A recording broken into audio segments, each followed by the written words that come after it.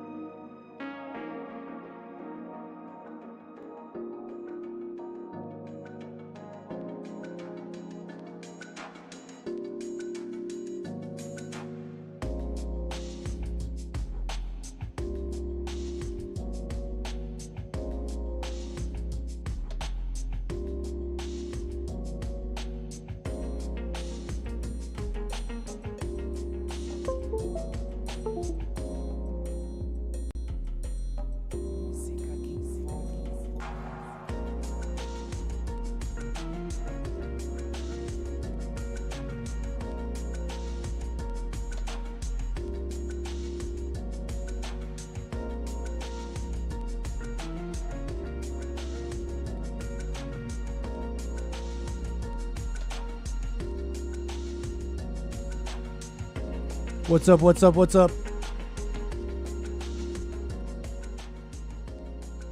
How you doing, everybody? Welcome to the stream. I'm the American Anchor Baby. I'm your host, the American Anchor Baby. It's a pleasure to have you here. We got a bit of a show for you. Flying in the daytime. Not really flying. No one's flying the plane. So, fingers crossed. But we do have a bit of a show, so thanks for tuning in, everybody, on this fine Monday. You know, it's rude to point, Nick. How you doing, Thor? Yes, sir. Yes, Gunner. How you doing? Welcome. Lord Spike Protein.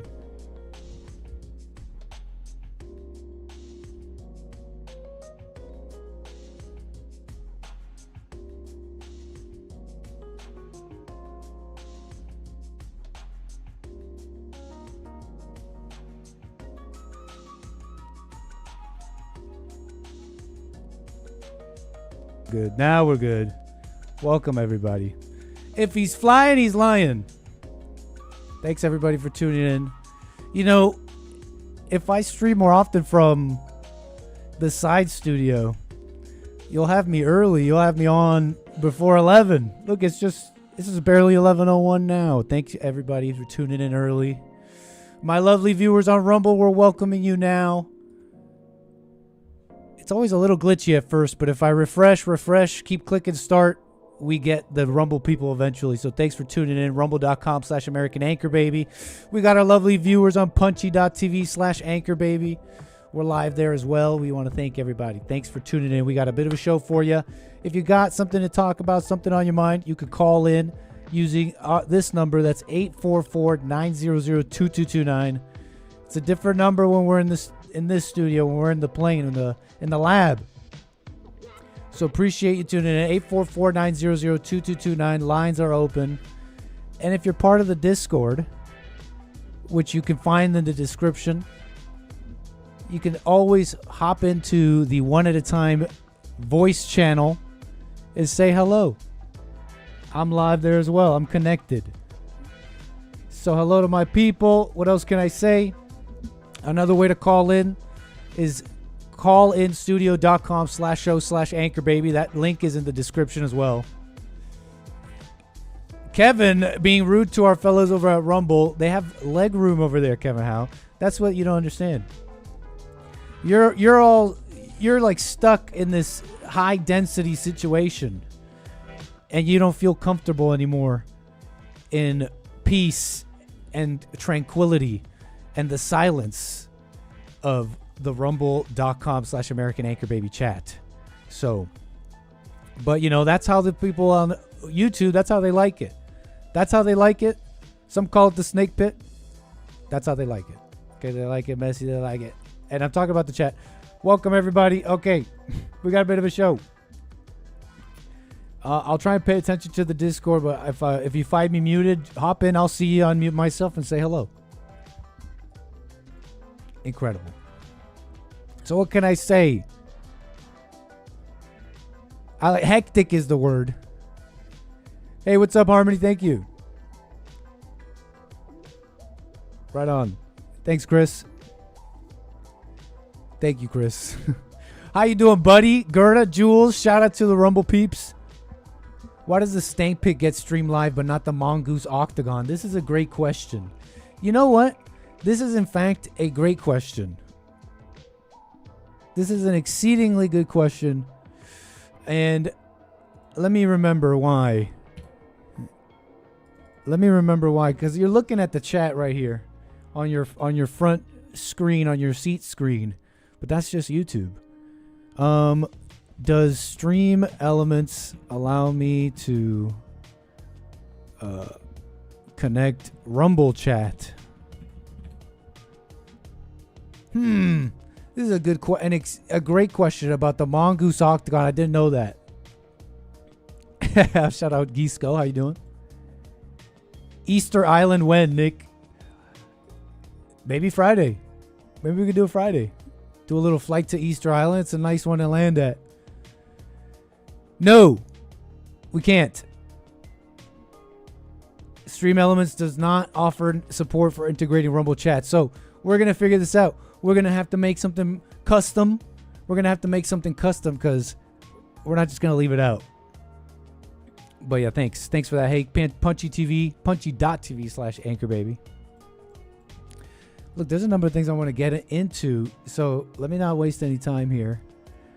Allowing some calls to come in, I appreciate that. Let me pull this all up, because there's a number of things happening kind of here and there. And I want to kick it off with a couple of things.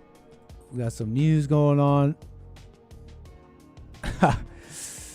We got some news and all that. If I wanted tranquility, I wouldn't fly Anchor Baby Airlines, LOL. Man, some might be offended by such a comment, but I, for one, am thankful. A tear was almost brought to my eye because I read that differently. Some might read that as like, oh my God, Anchor Baby Airlines, terrible. But you know what? I read that differently.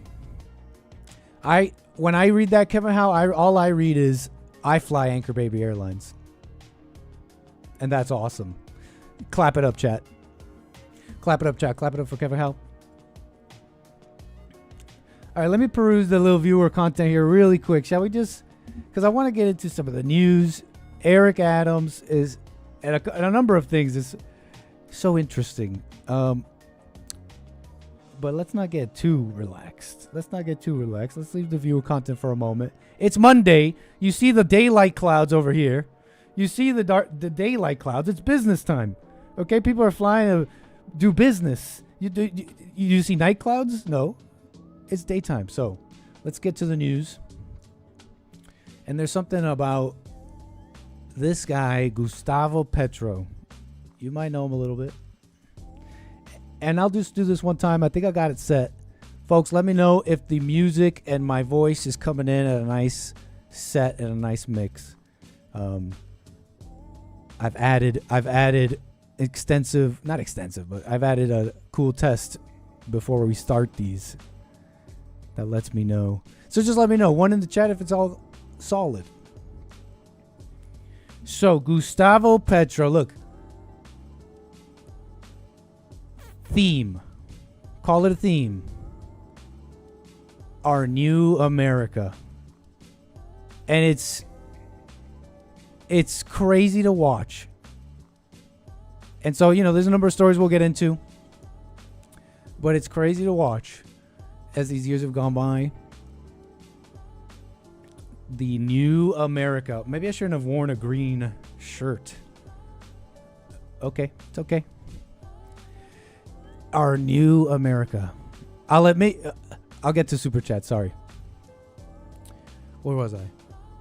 This America, folks. It's like the killings over the weekend. All this insanity. I want to get started here because I find this so interesting. Gustavo Petro is the president of Colombia. We talked about him a little bit before. And the news is essentially he got his visa revoked. Not allowed back. But why? Many on the internet. I mean, whatever. They're like, this is political. This is a political authoritarianism. It's terrible. This is Trump trying to just have his way. Revoke the visa of the president of another nation you're not at war with? Like, what gives him the right?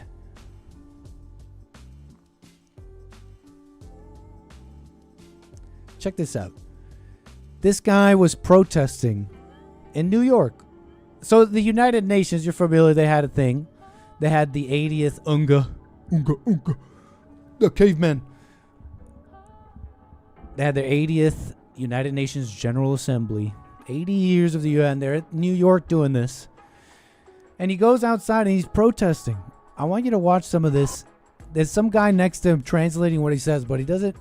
I think we could do a little bit better job. I think a little bit more accurate than what this guy said. But I want you to just watch this a bit, and we'll get to calls. I see all of you. By the way, callers, you know what? Let me see here. I think if I pull out this microphone, which I usually need to talk to my callers, not sure if you can hear me on hold. You're probably not hearing the show. We haven't had that set up yet, but thank you for calling and appreciate you holding on. If you're listening to me right now, appreciate it. For folks who do call in and are on hold and can't hear the show, I understand if you listen to the show like normal stream, and I'll just have to deal with the delay when I get you on at, in the beginning. Meaning for my viewers, when I take a call, they might not answer it right at the beginning. So we'll get that fixed, but we'll get to callers. Thank you. Gustavo protesting outside in New York. Let's see why he got his visa revoked.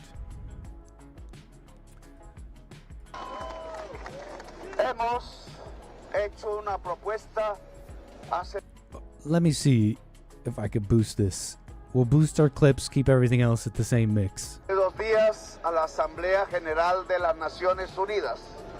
We make a proposal before the General Assembly of United Nations 2 days ago. Creo que con el último veto que realizó Estados Unidos en el Consejo de Seguridad se acabó la diplomacia.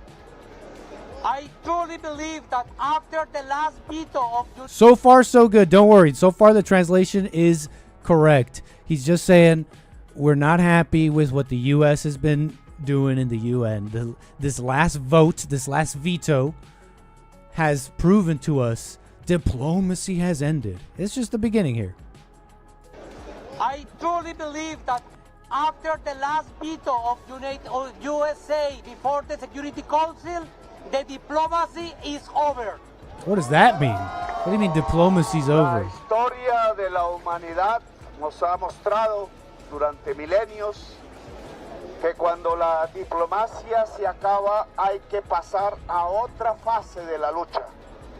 The history taught us that once the diplomacy Look at is the crowd. over, the humanity has to come to another kind of struggle. So that could have been translated a little bit more accurate. And Gustavo Petro, with his what they call Español Castellano of the Colombian, so well spoken, out there with his megaphone. In this moment, in this instance, he says. In this instance, he says,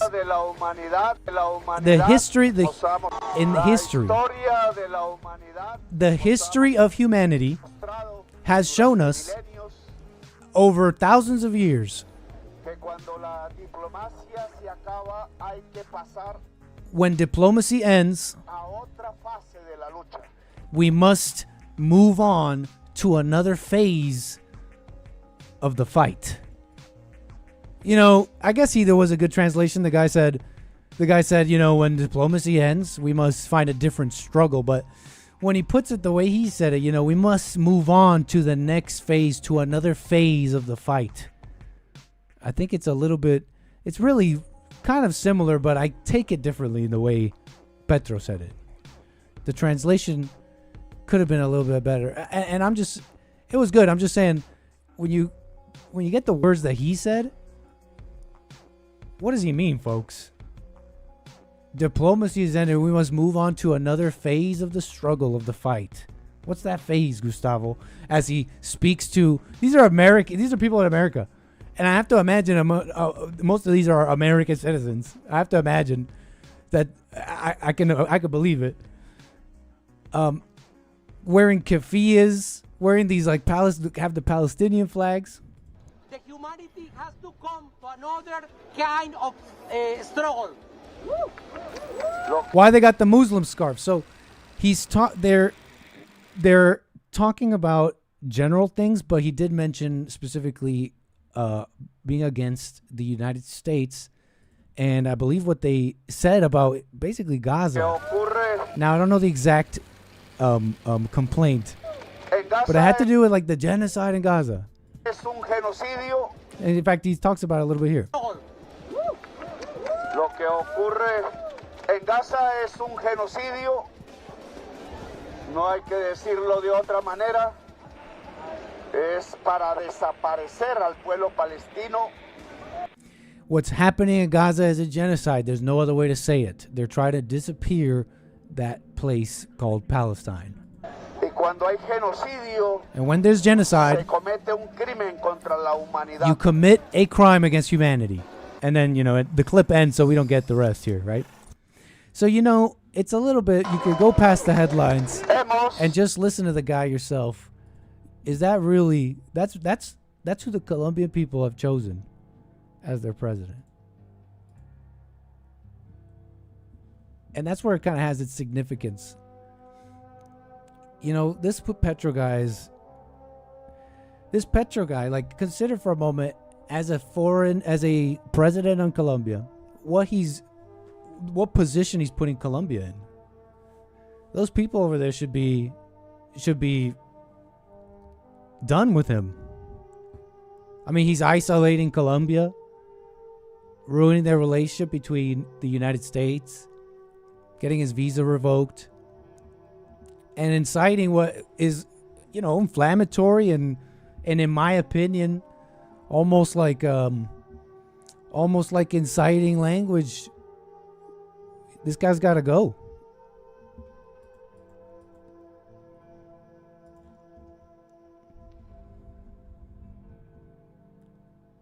Sounds like he's calling for war. He's calling for something. Is that Nick? Sounds like him.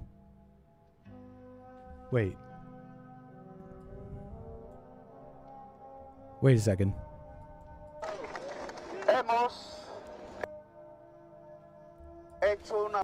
Hold up.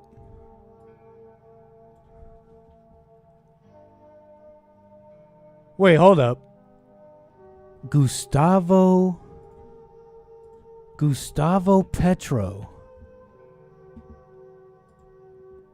My dad's last name was Prieto, not Petro. Close though. Dad? Nah. I don't really look like him. Nah. We're continue on the search. We continue the search. No, that's not my dad. No. We continue the search. That's not it. No. Come on, chat. That's not him. That's not him. Come on. The search continues. This is your daddy. No. Okay, chat. That's ridiculous. We're moving on from that conspiracy. What is this? Justin Trudeau and Castro? Psh, that's not my dad. 65 years old, 1960. The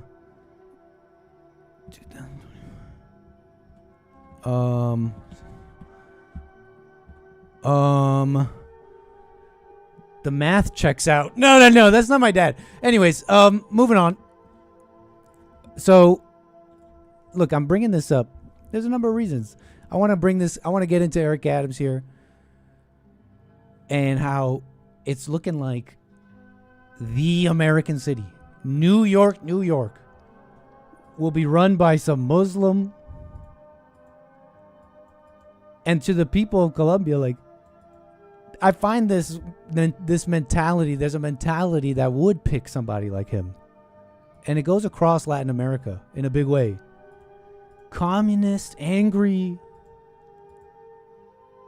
And if you're not like the youth in the streets, you're the parents who are like, but they have a point. They kind of have a point.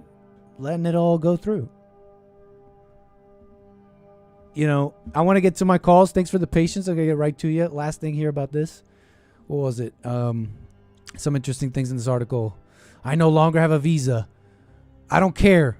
I don't need a visa because I'm not only a Colombian citizen, but a European citizen. And I truly consider myself a free person in the world. This guy is, I'll stop myself. Revoking it for denouncing genocide shows the U.S. no longer respects international law. What a silly thing, international law. He goes to this other country and protests and almost inciting. A UN inquiry said Israel's action in Gaza amounted to genocide, but Israel has repeatedly denied genocide charges and says it is acting in self-defense. Petro addressed pro-Palestinian demonstrators outside UN headquarters for calling for a global armed force with the priority to liberate Palestinians and urged U.S. soldiers not to point their guns at people, disobey the orders of Trump, obey the orders of humanity. Well, there you go. That's why you're not allowed back, buddy. Petro is not the first Colombian president to have his U.S. visa revoked. It's that indigenous malice. In 1996, the then president Ernesto Samper visa was canceled over a political scandal involving allegations that the Cali drug cartel, had funded his presidential campaign. What? So we'll get to all that. We'll get to New York here in a moment. I find some of this pretty interesting, some of the things I got for you. But what can I say? There's one last thing about this is, you know, this talk about a stronger army than, we must set up an army more powerful than that of the United States and Israel. And it's here where I can almost make a comment that generally I don't have the information to really confidently make. But I think I'm right about this need for a distinction. And maybe more than that, you know, because some of these people I'm trying to distinct problems too. But when I look at the people with the keffiyehs and the scarves and out there protesting at the schools, and I was like, yeah, F those people. And some of y'all are like, man, you are just like, I was trying to describe at that time how easily many of the right were teaming up with keffiyeh wearing terrorists. And it's like, where's your individuality? Where is your like mind here where it for you it's just Israel bad, so anyone against Israel is my friend. It's like these people aren't your friends. Gustavo Petro's not your friend. Those people he was protesting are not your friend. They hate white people. They hate white people. And Petro's an interesting guy. You know, I say hate white people, but I remember he has this like, I don't know if it's just like show, if it's just like communist lies, or if he's just some, I don't know, just strange guy. But he like always he makes these big overtures about Europe and aristocracy and stuff like that. I don't know. Anyways, so look, we'll get to some of that kind of the setup to New York, Eric Adams, and some other stuff. We got plenty of stuff to get into. I want to get to, I believe we got Illinois. I think we got Chicago on the line. How you doing? Can you hear me? Yeah, can you hear me? Coming in clear, man. Thank you.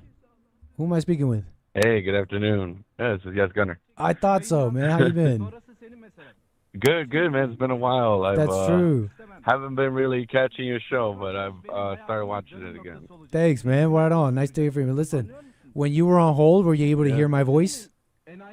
At first, no. At the second time, when you was like, "Hey, I hear you. If you can hear me, wait." Then I was able to. Okay, well that's cool. Well, thanks for that, man. How you doing? What are you calling about? Yeah, I just want to see your thoughts or your 2 cents on the ICE deportations. Recently, there's been an uptick here in Chicago, really bad,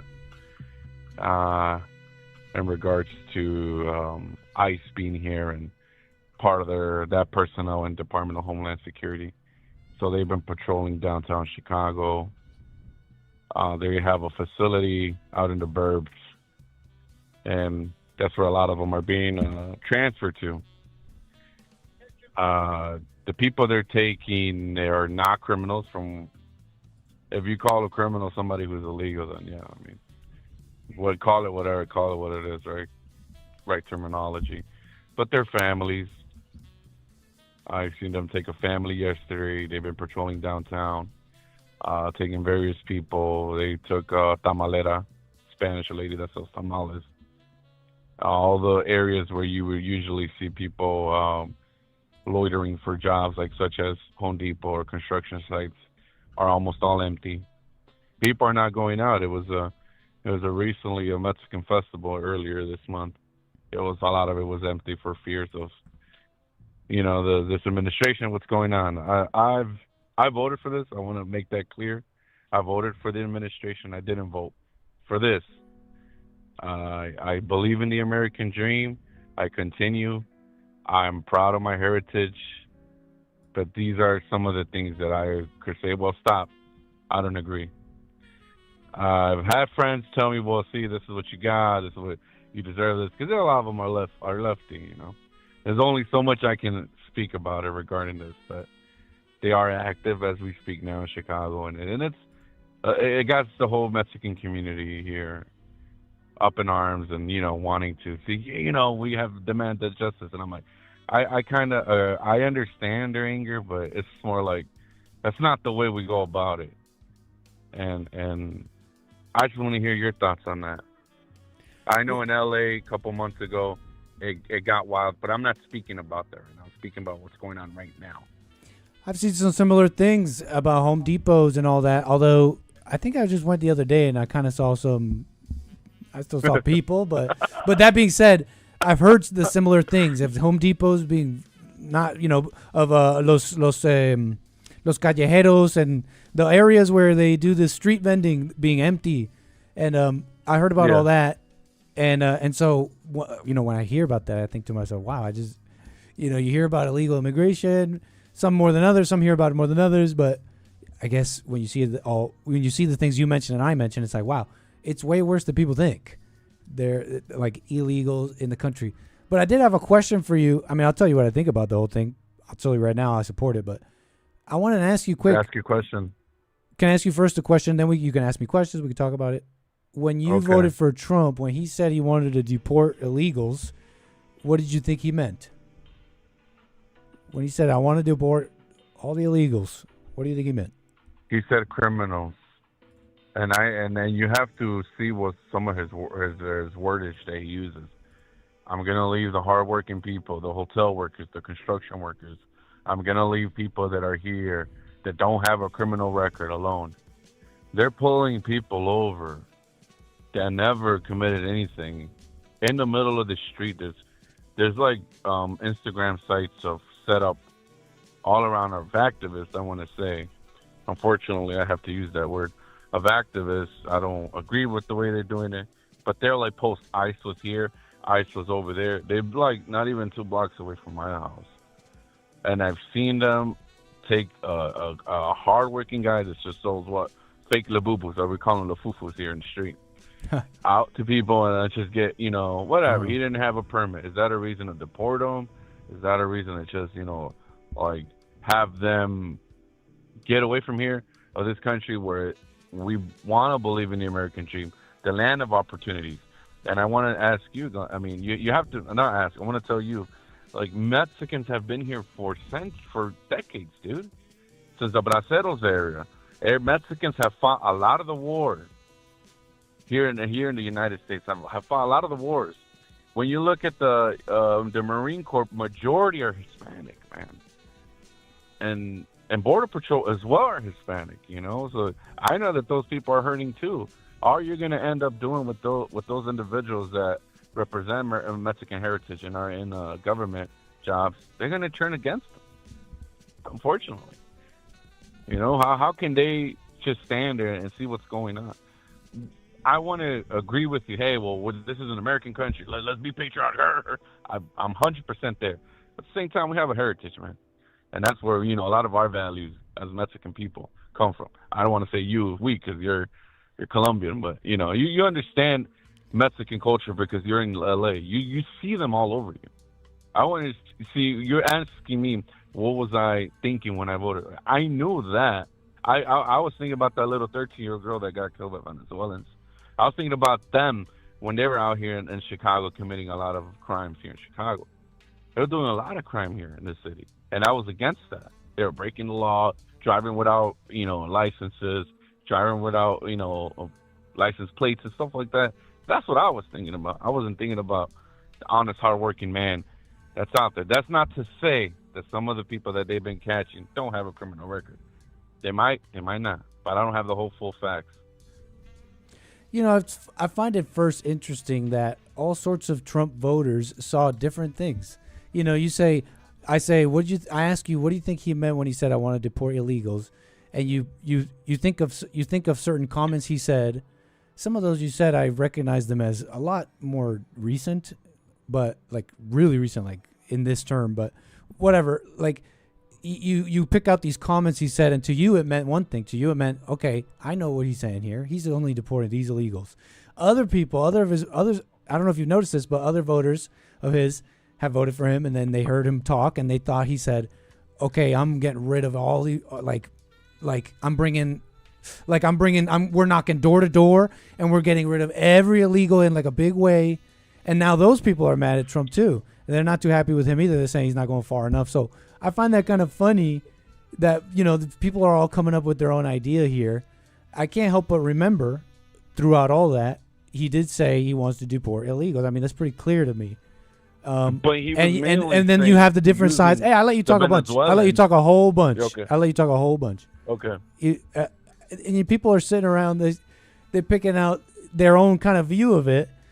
And I go back to the question of, well, what do you think he meant when he said he's trying to deport illegals? And so you got these sides that are both not happy with him. I find that funny. I think that's your own view. You came up with your own view. And then it comes down to a number of things you said. I mean, you said, they're just getting, like, for example, this guy selling fake lafufus. I don't want fake lafufu sellers in this country. That's a ghetto country. And the country is getting ghettoer and more ghetto and more ghetto. Dude, go to any American city. This is America. This is America you say you love, but instead when you say you love, but at the same time you say, oh, I want to be a patriot, and you give it this little voice of like, I'm a patriot. I don't know who you're remedando. I don't know who you're copying, but maybe it's the hillbilly of America, but I love those people. I think they care about the country. You're going, I want to be a patriot with you guys. But think about it, man. I don't want lafufu sellers in this country. Go to any American city, New York. All these cities are a mess. It's about to be led by some Muslim. And then you said ahead, in the last point you said, which is about heritage, you said, well, Mexicans have been here and heritage and all those things. None of those are good reasons to let go of your country, because that's essentially what's happening, man. There's none of those are just because Mexicans are in the Marines and blah blah blah is not a reason to have an open border and let illegals come in and have them pouring in by the millions to the point that they're displacing the original people here and completely changing the country into a ghetto country. It's not a good reason for that. And then finally, you said they're going to turn on the government. Well, then you're just proving to me that Mexicans are into their Mexicanness and are evil and are not real Americans, and they hate America. And I don't really believe that, but if what you're saying is true, then they hate America. I'm not saying they hate America. Nobody's talking about hating America, man. You go down the street here, cops are Mexican. Obviously, this whole situation is being done by DHS, right? It's not Chicago police. But that it comes to a point where, hey, that's part of our heritage. What I mean is that majority of Hispanics are. A lot of them are in the Marine Corps. There's no bottom line. Look it up, Google it, whatever you want to do. Take that in consideration. What do you think they're supposed to feel when they see what's going on? I mean, hey, we have a strong pride. It's going to take probably another century to break off that pride. I have to disagree with you on a lot of what you're saying. I mean, what do you expect them to do? Just stand by, follow orders, be a puppet? Hey, just you chill there, man. Don't worry. We'll get this job done. A lot of these people are patriot towards the Mexican flag and the U.S. flag. That's what you fail to realize. We recognize both because this country has given my family the opportunity to live here and prosper and do better. Something Mexico hasn't been able to do. I'm sorry. But so why not show them love? You're not going to get deported. You're legal, and your family's here working and all that. Yeah. Why not show them love? You say not everybody in my family is legal. Well, but that's just that's the rules, man. Personal. Do you care about that or not? There comes a situation where, you can't get. Every immigration case is different, and I've been through a lot of it. I've been in downtown to immigration court offices, everything. I've been through all of it. I've heard the good and the bad. I've heard every situation possible to legalize somebody as a resident. I've a lot of it, marriage, son and daughter, granddaughter, all this stuff. You got to start looking into an immigration lawyer. You got to start looking into a DNA test. You got to start looking into taking the resident or citizenship questionnaire. It's not just, it's easier to say it, then it's easier to get it done. A lot of it requires money. And not a lot of people just have $5 to $6 grand just to boom and pay a lawyer and have them take care of the paperwork. Everybody. But why should it be easy? Different. But those aren't reasons to. I mean, you're just telling me. You're just describing the difficulty of immigrating. How is any of that a point to anything you're saying? That why? Let me ask you this. You're telling me do it the legal way. And no, I didn't say that. I have not said that actually. In this conversation, I have not said that. It would be nice if they did it the legal way, but personally, I think we should end all immigration for quite a while. But I agree. Whatever. I agree. Yeah, legal and illegal, but whatever. I don't know. That's just kind of like a thought I've had. But you still haven't answered me my question, man. What was your question? Is it right to rip? Is it right to what they're doing to people here in this country? Just ripping them out of the street. There was a situation here in Chicago where yes, it is right. The mom, they left the child and the baby in the car, in the middle of traffic. and Nice. you're That's telling safer than me being out in that the that's street. okay. Good officers. They left them in the car instead of out in the street while they dealt with the illegal parents, and then they dealt with the kids. I like it. I support it. That sounds like due process. It sounds like a country that's gone into, it's become very uncivil, trying their way to come back to civility and dealing with criminality. I love it. And let me ask you this: do you feel bad for these people? Because it sounds like you feel bad for them. That's what's going on here. The way I've told, because like nobody, like these people you described, they're just getting arrested, right? Do you feel bad for citizens getting arrested? Hold on. Because that's all that's happening, right? I'm gonna answer you a question. I'm gonna answer your question. I don't. Unfortunately, I don't.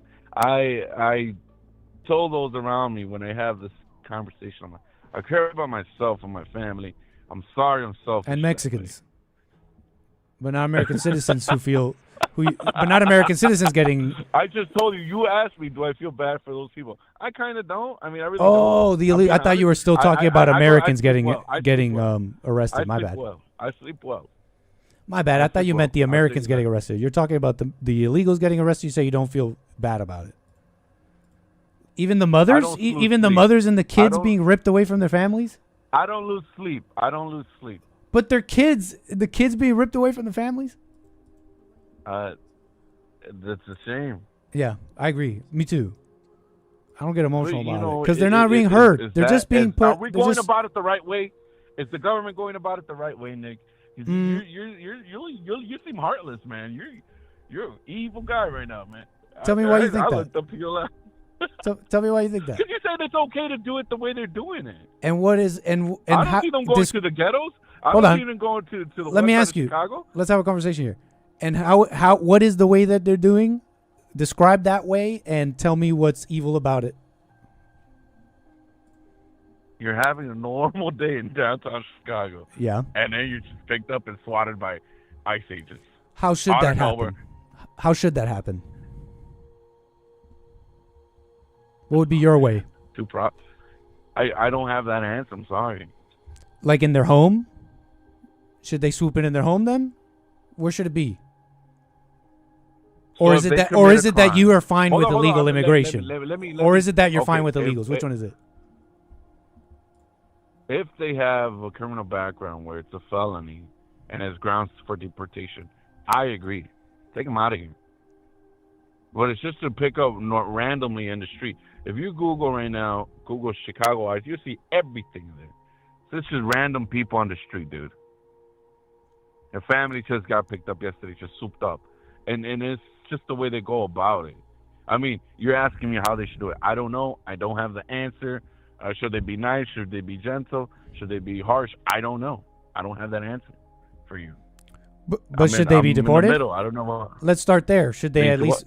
You don't know the way it should happen, but should we? Let's just start there. You don't know the way it should happen, but should they be deported?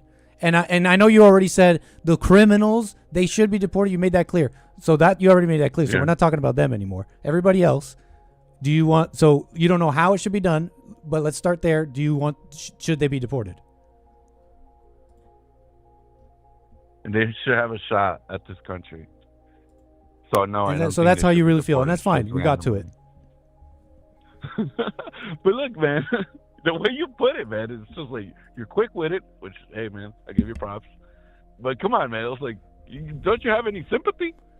I'll be honest. There, I mean, not when I see the. I'll be sincere with you. Not when I see like the mother crying and the parents fighting their best. Photo op. When I see the parent, not even the photo ops, even when I hear about it, when I see the parents fighting so hard, I don't feel bad for them. I see very selfish, very hypocritical, vicious people who will use their kids, will use anything to get what they want. Because that's what's happening. Look at how they act when you tell them, hey, you guys got to follow the law. We got to do this. They start crying, throwing themselves on the floor, fighting with the cops.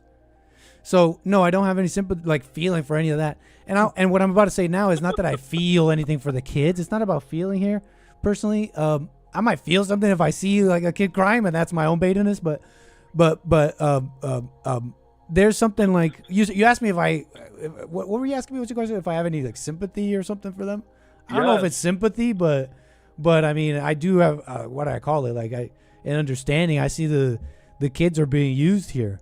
They're being used for the selfish needs, for the selfish wants of these parents, trying to come in saying, I want a better life, I want the American dream, and making up all this stuff. I'm 100% with you. They're lying about all that. They don't care about the American dream. They don't care about any of that.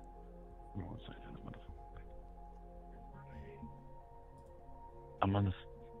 Oh, you gotta go? What's good? Hold on. No, I can't hold up. Give me 1 sec. What the? Okay. We'll continue this conversation some other time. I appreciate it, man. I do appreciate your call, man. Call me again. All right. Bye-bye. What the? Gotta go to work. We got calls coming in. Thank you so much. 844-900-2229. Leave him alone, Frank. Dox him so we could call ICE. No, leave. Wait, hold up. Let me not agree or disagree. Calls coming in. I'll get to all of you. Thank you so much. 844-900-2229. We'll get to the super chats and all that. But what can I say? I mean, look at this. You already saw this maybe on the JLP show. This is freaking terrible. This is not someone to feel bad for. This is a vicious person who is trying to just get what they want. And that's most people. I don't think it's like that unique. Really, you have what? What do you have here? An individual, a human individual who had life a certain way and it's changing. It's being taken away and it's not what they want to happen. So they're not getting their way. And what happens when evil people don't get their way? They turn vicious. So that part's not Mexican, okay? That part's all of y'all. Okay, me too. Okay, you feel me? Let's get reflective here. But hold up. What is Mexican is that big mouth. And I mean that because because of like genetics and how people's, I don't know, like they just look certain ways. That's like what happens, right? That's just like it's how people look. And that's just merely a descriptive thing that I said. But it could also be meaning this woman speaks way too much. I kind of mean it both ways. It could be both. Like she just talks way too much, out of turn, way too loud. And what happened here is, you might be familiar with the story. Where's my article? The big article with all the good info, the real info. Hold on. Monica Galarza. She has a hyphenated last name. That's what's happening down there. And I don't even think she's Mexican. I think she's Ecuadorian. But take that in. Take that in. The macho Hispanic countries. Oh yeah, we don't do it like you Americans. Our women obey. Cut to the Ecuadorian woman's hyphenated last name, Moreta Galarza. It's like, yeah. Even little Prietita Indias from the Campos, which I don't know where she's really from. I don't know if she's really from like the farms over in Ecuador. But yeah, they got feminism down there, is the joke I'm trying to make. Okay. But anyways, here's my article. ICE officer relieved of it. Then we'll get to calls right after this. Thanks for the patience. ICE officer relieved of duties after video shows him manhandling woman at New York immigration court. That's a bit of the news. Monica Moreta Galarza was pleading with officers to release her detained husband when he pushed her to the ground. A federal officer for Immigration, Customs, and Enforcement has been relieved of his duties. Tricia McLaughlin, Assistant Secretary for Public Affairs at the Department of Homeland Security, sent a statement to The Guardian saying the officer's actions were unacceptable and beneath the men and women of ICE. The men and women of ICE, said the female Assistant Secretary of Public Affairs over at the DHS. The video shows a woman and a young girl who appears to be her daughter pleading with officers not to take away her husband at the courthouse at 26 Federal Plaza, which has been the scene of extraordinary ICE arrests and protests as Donald Trump has stepped up his anti-immigration and mass deportation agenda. In the video, they are crying as officers take the man into custody. Video captures Moreta Galarza pleading with the now suspended officer. He tries to dismiss her by saying adios. When Galarza touches his shoulder, he grabs her, pushes her across the hallway. So she put hands on him against the wall and onto the floor, where it appears she bangs the back of her head. Okay, it wasn't that bad. We're going to watch it again. We'll see. Utterly distraught, the woman gets to her feet. After the incident, Democratic Congressman Dan Goldman of New York said that Moreta Galarza fled to his office with her 2 young children. ProPublica also reported that Galarza was later taken to a hospital. Oh, come on. Oh, come on. Yeah, man. Yes, Gunner. Thanks for that. Call me again, man. I appreciate the convo big time. Goldman called it an example of secret police officers who are attacking our communities with excessive violence. The New York Times reported. Yeah.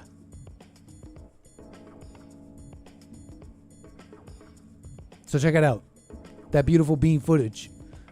And that doesn't mean anything. That's just a shout out to Tommy Sotomayor. Don't get crazy with it. Wow. Suelte la niña. Suelte la niña, señora. Let go of the girl. Let go of the girl. Look at these people. Like, do they think they're not gonna? Do you think like you got cops on you? Do they really think something's gonna change? Maybe they do. I don't know. Girls crying. You know, I know that. I don't know how it is with like illegals and stuff, but I know that with cops in America, with citizens, trying to arrest someone with like, you know, executing a warrant on someone, it's when someone's at their house is like one of the most dangerous places to do it. That's their home base. It's one of the most dangerous. If they can avoid it, they can. They try to, but you know, they come up like 15 deep with guns because they don't know what you're going to be up to, and they're coming to arrest you, and they're not leaving until you're arrested.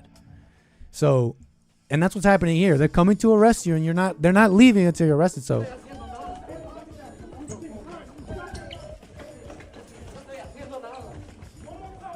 Did he say no puedo respirar? Did he really say I can't breathe?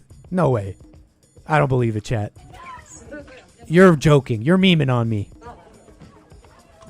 You're memeing on me.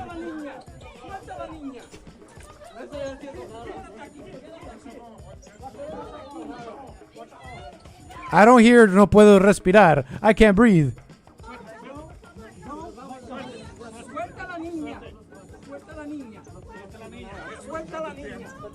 I think she is saying that. No puedo respirar. Hashtag Floyd. Okay, last bit of the video. Let's go. I'm sorry. I got to pause once more. What's his hat say? What's the journalist here? What's his hat say? Oh, I thought it said Black Lives Matter for a second. All right, let's go.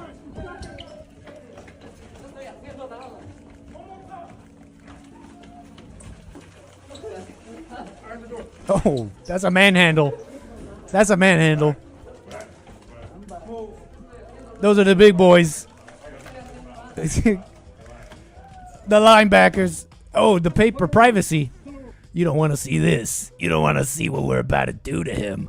Which is a joke. Obviously, they're not going to do anything to him. I'm thinking about the media, and some people thinking conspiracies, like they're hurting these people. Like, they're arresting them. Okay, this is how they treat our criminals. Yeah, call it due process. Privacy, please. You don't want to see what we're doing here. Get him! Get him, boys! Which is a joke about what might have happened behind that paper. So yeah, no idea. Look at this one. That's a meme. A classic meme. Oh no, look at outraged female posts 2 hours ago. Oh no, look at crying child. We must throw away civilization. CNN.com. Crying brown child. Wow, look, orange man bad. Racist. Open borders now. Yep. That's pretty bad. Are we doing this the right way? I don't know. Did I really vote for... shout out, yes, Gunner, man. Okay, it's just you're fresh in the mind, so... But really, others talk like this, not just you. But, Is this really good, guys? Is this really like, I don't know. We gotta like let America get even worse. Cause look, did you see Monica? Did you see Monica talking on the camera with the crying? So yeah, we gotta let America get worse. Yo tengo lo que allá también nos pegaron. Yo no pensé venir acá a Estados Unidos y también que me pase lo mismo. They hit us. I don't know who she's talking about, but they hit us over there back home, Ecuador. I didn't think that living in America, the same thing would happen to me. I guess she's talking about the police over there. También que me pase lo mismo. I didn't think the same would happen to me. Like it was that deep. Did we even get the moment where she's pushed? Because that was the moment where the father is taken away. But I had the moment. Monica. I don't know if this is true, by the way. Your tax dollars are paying for her effing braces. I have not confirmed that. Where's the one where she's pushed, okay? And I'm not excited about this. It's just, did she really hit her head? Did she put her hand on his shoulder like we just read? Let's watch.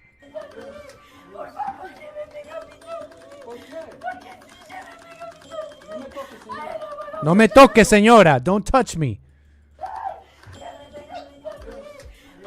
Adios, adios, bye. He's saying bye. Please, I can't even understand her.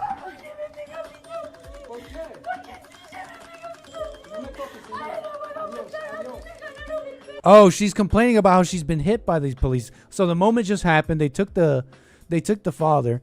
She's saying, but they pulled my hair. They hit me too. Why did they hit me?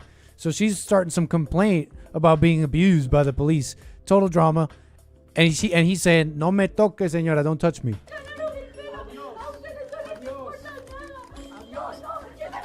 Oh, she's pushing, man. Come on. Look at her. Look at her. She's like, come on. Look. Hey, boom. Get out of here.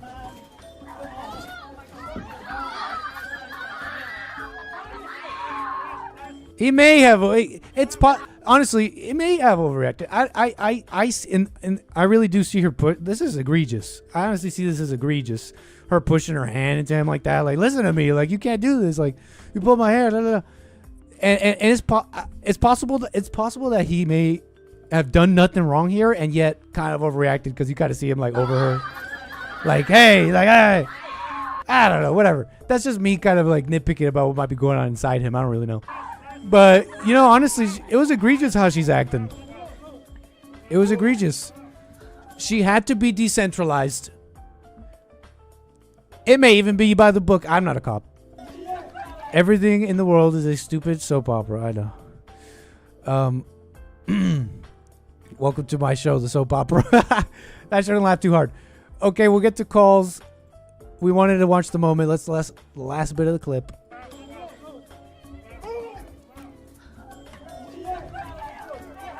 She was hospitalized and discharged, reported ProPublica.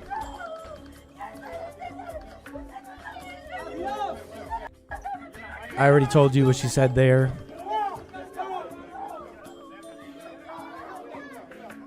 Oh, come on. This is so much more drama than anything else.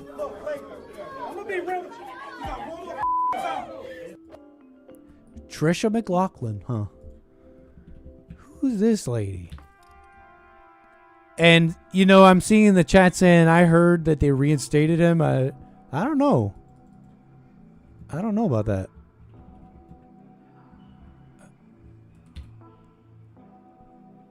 I don't see that news, folks, but I want to get to my calls. I appreciate the patience. I do appreciate the patience. And I want to get to California. We got William on the air. How you doing, sir? Hey, what's up? All is well, sir. Okay, so this guy that just got off the phone, Nick. Oh, yeah. Can we go there? Can we? Of course. Eye to eye. So what is he saying again? What did he say about the military and how they're being arrested? Let's go over this one more time because I really wanted to talk to him and ask him a question. Oh, yeah. He had to go. Okay. Well, they have to be rounded up, right? Right. Illegals, I'm right? following. Yeah. So how do you round them up? It's a great question. You pick them up. That's So, exactly what I was thinking, William. So if you pick them up, okay, so he said he doesn't like the way it's being done. So if you don't like the way it's being done, that means you must have another answer.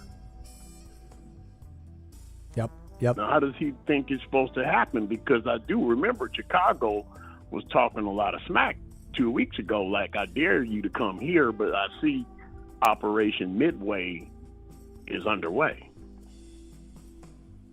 What's that? Wait, what's that? That's the operation that they're up there picking them up. That's Oh. what it's called. Operation Midway. Yep. You get it? The Midway. I'm following Chicago. now. Yeah, so how are they supposed to be rounded up? You got to get picked up. And when you resist, that's kind of nervy. Yep. Don't you think? The video It's you were wrong. showing, I think that's a lot of nerve, Hmm? So much. That's the word for it, William. Yeah. It's like, got a what lot of nerve? Yeah. You got a lot of nerves. Now, was he talking? Now, what about the military thing? What was he talking about with that? Well, he was mentioning how the Marines there's a significant Hispanic population, Mexican, I think he said, in the Marines. Okay. And he said something about a lot of this might turn a lot of these people who he says would would normally be patriots, etc., might turn them against America. And he's saying that's switch allegiance while they're in our military. I guess you could put it that way. Is that a threat? Really? I tell you what. I don't think he meant it like that, like switch to another nation. I tell you what. No, he's talking real confidently, like that really can happen, and I'm sure it has before. But you will be in Leavenworth. You will be in what? You will be in Leavenworth, permanent resident. What's that? Oh, you're talking about like arrested. I mean, you're in the military and you're going to turn the lead. You know what that is? It's treason. Treason. So what is he talking about? Yeah. They don't get no special treatment because they Mexican in the military. They got white people in the military, black people. They got all kinds of people in the military. I don't think that would go anywhere, but I would like to ask him, how does he think they should be picked up? How does he think it should go? A fine question. Because I asked him, he said, I don't know. Because surely they haven't thought about a better way, and they haven't volunteered to get out, and they are getting out in the big numbers, and the economy is slowly getting better because this is a lot of people that's not getting SNAP and housing and medical anymore, and that's money saved. Big time. That's just big scam going on. Yeah, well, hella money. They're removing the people. That these people represent population in heavy concentrated areas, and all this is to keep Jasmine Guy and all of these different Congress people in office because everything is based. I keep telling you, everything is based on the population. Right. The population. You don't have to vote. Just having all those people stacked up in these cities that you said have failed. Which ones are they? The Democrat name them, right? Yeah. New York, LA, Chicago. New York. The ones Philly. I hear about all the time. I mean, and none of those should fail. These are great American cities. Chicago, Memphis, Los Angeles, Oakland. They failed. Their people. New Orleans, Houston, Birmingham, Jackson. What's that? Jackson, Mississippi. I mean, you don't think they failed their people, their constituents? It's criminal. Yeah, it is criminal. But this dude ain't got a better way to get them picked up. They're not volunteering to leave, so they have to the only way to round them up is to pick them up. I mean, that was the question I had, and it's like I'm arriving to the same thing. You got to get him somehow, right? And it's like, where do you want to get him then? And I think he's coming at it from like heart or something. Like, do you have to have a heart? No, he's coming. But I don't think you and I have a hatred to them. Illegal perspective. He's coming from those illegal people's perspective. They don't. Here's the deal. I wanted to tell him real bad. That would mean something if these people actually had rights. Mm-hmm. What do you mean? They don't have any rights. Right, they're not citizens. No. Yeah. We're just a civilized country, or so to speak, that would treat an illegal. Right. It would. Don't you think that would mean something? If you had rights, it would mean something. But here on this case, they don't have any. No. Yeah, I think what you're saying is Not correct. I know it's correct. They don't have one right. Liberal cities have given them privileges. They don't really have rights. They got liberal cities, blue cities have given them privileges, not rights. And that's where Trump is winning. He's getting you because you ain't got no rights. You ain't a citizen. If you had some rights, he wouldn't put hands on you like that. Don't you think? On who? Oh. Anybody. Mm. You've got them people in your face, the federal agents. Come on. They only putting hands on you because they can. You really don't have rights. You have privileges that the Democratic ran cities gave you. You got that. I just want to say to that, though, I just want to quickly say to that I think what's more accurate to say is the reason those people put their hands on those Mexicans we just saw, or Ecuadorians or whatever, that family, was because they were there to execute the law, which is to execute this order to kick these people out. So I just want to make that clear, right? Like, I understand what you're saying, and I think what you're saying is right. Like, they don't have rights like Americans. They're picking them up. But that's family has no yeah, right but to that's get why they involved. put hands on them. Well, go ahead. Well, if you get involved with any of them, don't you think they're going to put hands on you? Yeah. Yeah, 100%. You are, what do you call it? That's obstruction of justice, isn't it? Well, they can put hands around you. Put your hand around your neck for that and throw you down to the ground or whatever it takes. Decentralize. That's decentralize. Which means throw you on the ground. Yeah. And remember, federal law supersedes state and city. So what Gavin's telling you, what Kamala's telling you, what Obama was telling you, it's not true. And these judges are starting to lose too, It's just, people need to use their common sense. It's gone.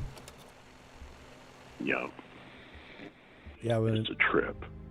Yeah, I voted for I just wanted to ask, dude. How else do you want us to put? Wait a minute. What do you mean? You got a better? See, for him to say that means he had a better way. But then I noticed when you asked him, he didn't have a way at all. That's right. I'm gonna get out of here, man. Willie, man, thanks for your call. Call me again. You been doing all right?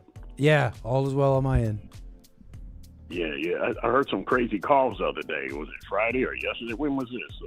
Friday. Oh, let me think. Got some crazy calls. That's true. I did a couple of. What was that? What the hell was that? Look, gangsters amateur gangsters thinking they got Keyboard motion. Warriors.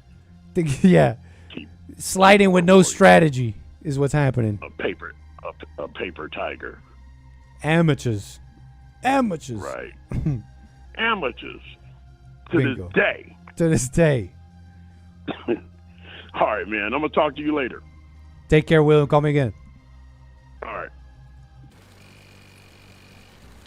Alfredo crew. Tortellini gang. Bunch of marrons, you know what I mean? Ayo.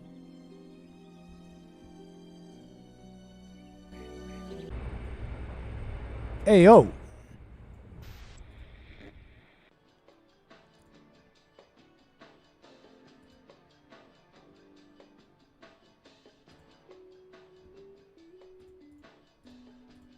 What? We'll get back to calls. We'll get to super chats and all that. We'll get to all of you in a sec here.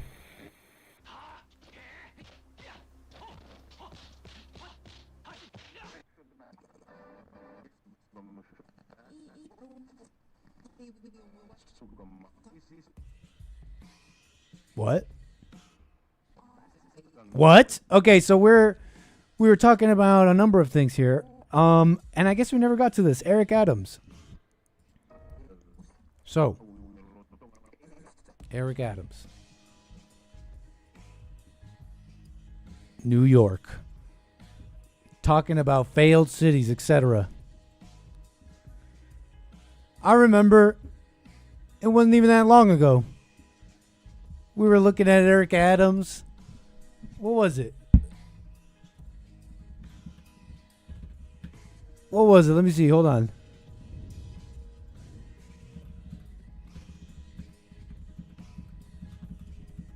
Eric Adams. It wasn't even that long ago, right? He beat out. He became mayor in 2021. And we were like, New York is over. New York is a mess. And they're electing Eric Adams. I remember, like, we started learning about him and how he had that organization or charity. I forget what it was. It was something about, like, black cops. And it had to do with, like, racism. It's like, okay, this is who they picked to be their mayor. He won the Democratic primary in 2021. Much like how Zohran Mamdani won the Democratic Party, the Democratic primary in New York recently. Historically, the one that wins the New York Democratic primary becomes mayor. Historically. I don't know if it's ever happened otherwise, but yeah, it wasn't that long ago, huh? He ran against Andrew Yang. And he went on to defeat Republican candidate Curtis Sliwa, who's running currently against Zohran Mamdani. So, that wasn't that long ago. We were like, New York is a mess. It's over. It's over. Now we're begging for him. Now we're like, bring back that American. You know what I mean? Now we're like, now we can't. Now we're begging for Eric Adams. We're like, where is this black American, born American from New York? When are we gonna have an American running? Okay, man, I don't know who's really begging for Eric Adams. I may be exaggerating a little bit, but I find it funny. I find that comment kind of funny. And so the news is, you might be familiar, he has dropped out of the mayoral race. Yeah, Hake, he's our liar and snake. Oh, that's Cuomo, lol. So, I mean, this is all significant to me concerning New York, the great American city. And you know, Mamdani is not. Mamdani's just the latest and greatest in this destruction. But it goes back. It goes way back. And I was just finishing talking with a caller about heritage and all that. And for example, Mexicans having a long history in America, things I don't deny. You know, in many ways they could be just as American, and I've met some that exemplified, I think, inside and out.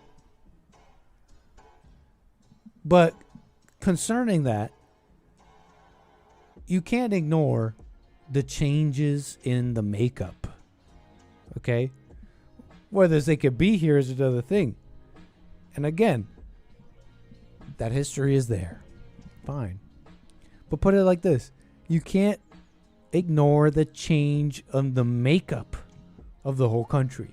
But let's just deal with New York. Let's just deal with the cities, but let's just deal with New York.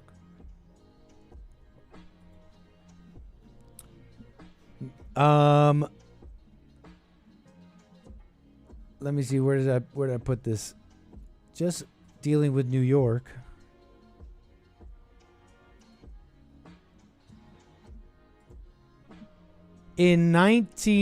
So the demographics of today's New York electorate. The electorate is what? The electorate is everybody who's voting. Everybody who's voting in New York. Because you can also have like just the demographics of New York City. But let's just deal with the electorate right now. Okay? And here we go. New York City electorate by race today. White, non-Hispanic, 31%. Hispanic, Latino, 30%. 29%. Black / African American, 23%. Asian, 14 to 15%.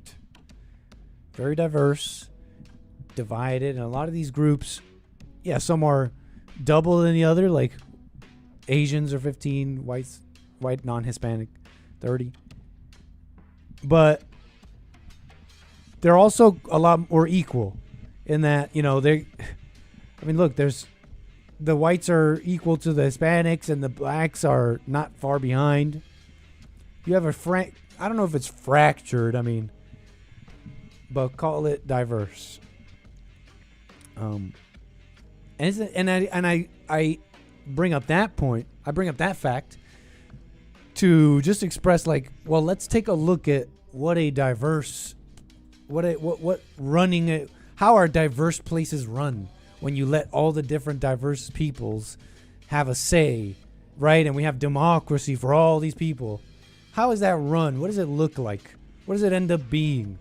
That's something that's on my mind. And then go back to 1960. Let me tell you the electorate in 1960. New York City. I'm talking about the city. White, non-Hispanic, plus many European immigrants, 85%. Black and African American, 10%. Puerto Rican Hispanic, 5%. Asian, less than 1%.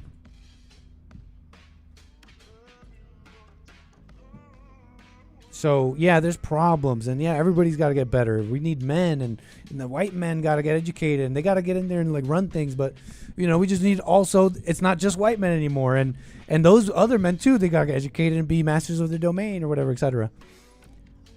For the right reasons, for the right thing, for the country, etc. But also, it's not conspiracy and crazy to say, well, immigration is a big problem. It's a huge part of these problems. How do you think Mamdani gets elected in today's America? And he hasn't been elected yet, but he's leading by big time. Eric Adams dropped out. Last I checked, Cuomo, not running as a Republican, is trailing far behind Mamdani. And then you got Sliwa, the Republican, and this, he's at the bottom. How do you think Mamdani gets elected? So we'll see if we can answer some of that. I want to get to my calls here in a moment, but I wanted to play some of this. And some of you might be able to explain to me why is the right wing calling him a patriot, and calling him, saying Cernovich is saying saving the country is a team sport. You did the right thing. I'm assuming it's merely because in their minds it solidifies support behind any non-Zoran Mamdani candidate, and in their minds that's just like saving the country. You can't let this Muslim run New York. I'm thinking that's part of the reason. Some of you might be able to tell me. I don't really exactly know. But here's Eric Adams. I found this video fascinating. And he's here at the Gracie Mansion, the official residence of the mayor of New York. And he walks down the steps to Frank Sinatra's "I Did It My Way" with some swag, maybe. And a picture of his mama. What the?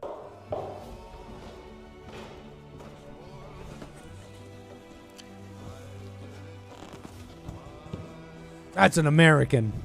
Look at that smile. 4 years ago, Gracie Mansion became my home. Who would have thought that a kid from South Jamaica, Queens, growing up with learning disabilities Oh, we didn't know that. Okay, I didn't know that. one day I knew that, but that's what I thought when I saw this. become the mayor of the greatest city in the world? $1 million smile. I cannot thank my mother. That's an American from the Bronx. Enough for instilling in me the values she lived by. Thanks, Mama Adams. I hope every parent can use my life as an example for their child during challenging moments. Only in America can a story like this be told. When I was elected to... So that was just a little taste at the beginning, just saying like, it's crazy, me getting here. Started from the bottom, now we're here type thing. Okay. Hold up. And so, yeah, it's a long video, right? It's 8 minutes. We're not watching that like that, but I wanted you to get that intro, him coming down, Mother Medea. and that's big smile. Talk about being American, right? Where he grew up compared to Mamdani and all that. And just as funny, something funny about it. I did pick out though. He does end up talking about, number one, the reason he's quitting the race, and two, some of his firsts, his accomplishments. I'll tell you, the reasons he gives. The reasons he says. Because of the case that was against him. So if you remember, there was like a federal case against him. So essentially, it was like bribery and stuff. It was like corruption and bribery. He's getting hit with some significant federal charges. And, funny enough, last I remember, the way the story goes is the Trump administration, like, bailed him out. The Trump administration helped him. He was facing federal charges. He was indicted on federal charges about bribery, conspiracy, fraud. And it was Trump. It was the Trump administration. It was the Trump DOJ that instructed federal prosecutors to drop these charges. Now their reasoning was, it's disturbing governance. Specifically, Eric Adams' ability to govern New York and deport illegals. That's essentially how they put it. That was their reasoning. And that's why they instructed the DOJ to say, just drop it. Because it was some significant stuff, too. Like, we're talking Turkish nationals. We're talking some connection with Turkey and some conspiracy to open up Turkish consulates and stuff like that. Like, it seemed pretty bad. But yeah, the Trump DOJ, and I can't tell you. I don't know what the other reasonings might be, because you know how there's what they tell you, and then there's a speculation of the public, and I don't know how believable it is, but I'm just not even familiar with it. That's what I'm saying. But yeah, that's what they said. It was disturbing his ability to carry out his duties as the mayor of New York. So they instructed him to drop it. So shout out Trump, maybe an ally, maybe maybe in the works. I don't know. So that was kind of his reason. He says too, because of media, the media kept speculating about me dropping out, and I couldn't, and then he blames somebody for not being able to come up with the funds for his campaign. And I don't know. I mean, maybe what he's saying is true. I just found it kind of, he threw that in the middle of his speech. It came off as, quitting and blaming in a petulant way. But I'm not that deeply familiar with the goings-ons here. There was one aspect to his video. He says he kind of describes a lot of the firsts thanks to his term as mayor. And, I don't know if these are things to really be proud of. For me, always.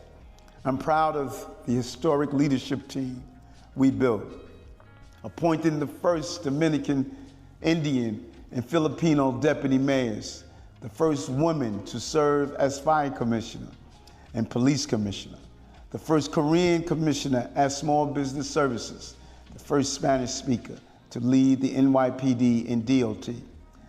Those are all bad. First Dominican Indian, first woman running this, first woman this. Indian and Filipino at Small Business Services commissioner. He's like telling us, look at how much work, how hard I worked to destroy New York, and ensure it stays that way.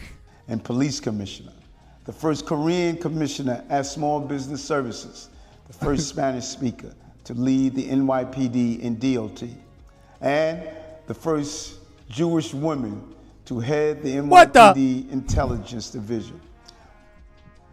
Wait, what? Say that again? We built to lead the NYPD and DOT. Intelligence agency? And the first Jewish woman to head the NYPD Intelligence Division. Shout out to her. We built. She's probably great. Leave me alone, miss. I mean no harm. I'm just an anchor baby. I'm just an anchor baby. I play piano. I play video games sometimes. You know, I work out. I work for Jesse Lee Peterson.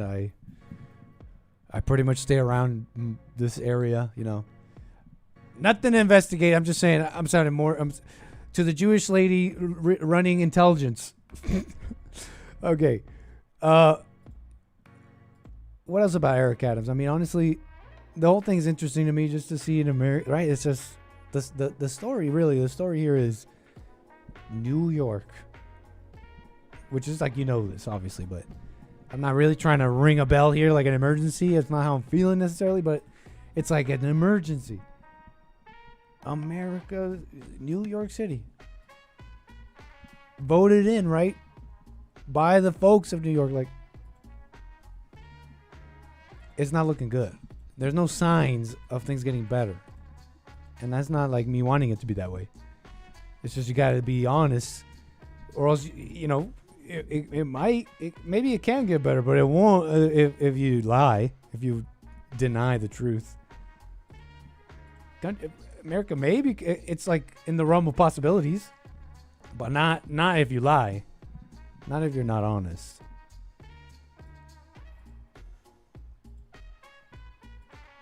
But anyways, I want to get to my calls. Leadership. Can we check out the Gracie Mansion though? Can we do a little Martha Stewart? Can we get into the do a little architecture, Guggenheim, check out the decor. Okay, like what are the mayors of New York doing here? I want to check it out personally. The Gracie Mansion. What is this little piece of American architecture, whatever, historical building maybe? I'm Peg Breen from the Y'all ever seen it? New York Landmarks Conservancy. We're at Gracie Mansion. Who's the this? Official home of New York City's mayors. It's another tourist in your own town excursion. The mansion was built in 1799 as a summer home for merchant Archibald Gracie. It faces a bend in the East River. Swanky. The mansion is one of the oldest surviving wood structures in Manhattan. It's had various uses. It looks old as hell. Sorry, New York. Through the years. The city took possession in 1896 for back taxes. It was incorporated into what is now Carl Schurz Park. Despite its pedigree, it was used as a concession stand and as restrooms for park visitors. And it deteriorated for the next 20 years.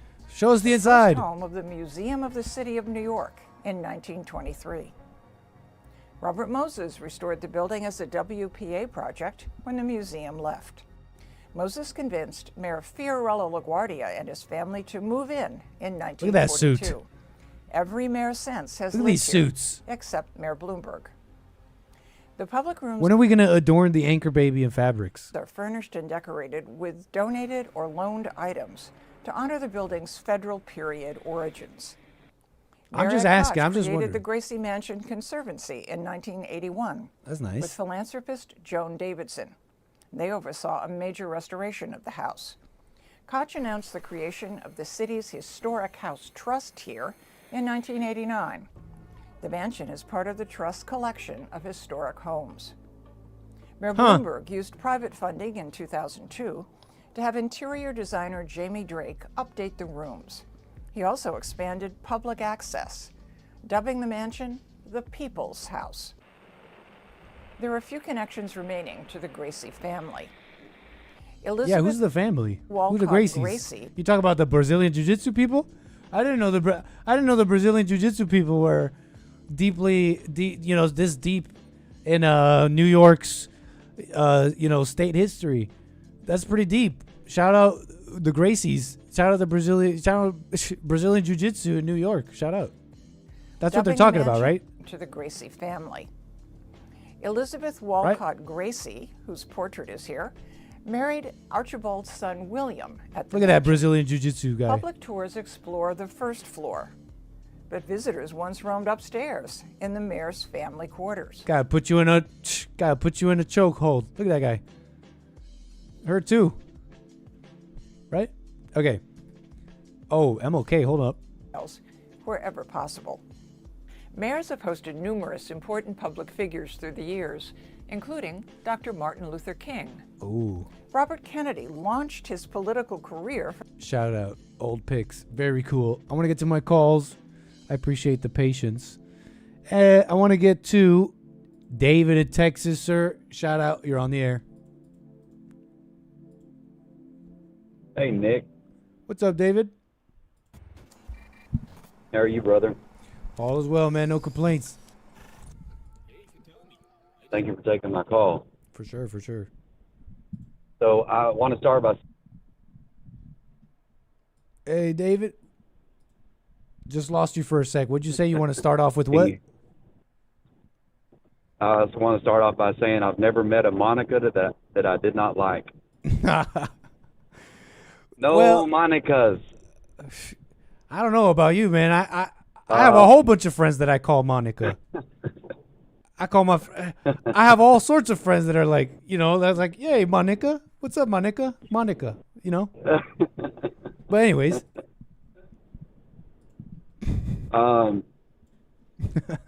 So I don't know very much Spanish, but I listen to your show and I love your intro, the intro music and the video and everything and all the clips and the one that says plata o plomo. That's right. And I listened to that for like 2 years and I finally looked it up, and correct me if I'm wrong, does it mean money or guns? Money or lead. Or lead. Yep. The way that the translator said it was money or guns. It's better to say I'll take lead. money, because if you got the money, then you can buy the guns. Are you familiar with where that quote comes from? Like, what's the significance of that? Is it that, was it Narco? Yeah, it was attributed to Pablo Escobar, that he infamously said it to to people he was trying to bribe or enemies, etc. He infamously made it very clear to them. Okay, I'm giving you two options: silver or lead, money or lead, and the lead being a bullet to the head, essentially. And it's like really not leaving you any options. So meaning you're doing what I'm saying, or else. But yeah, that's that little audio clip comes after. I think it comes right after someone saying you're pretending like these immigrants are just like greedy, vicious people. Oh yeah.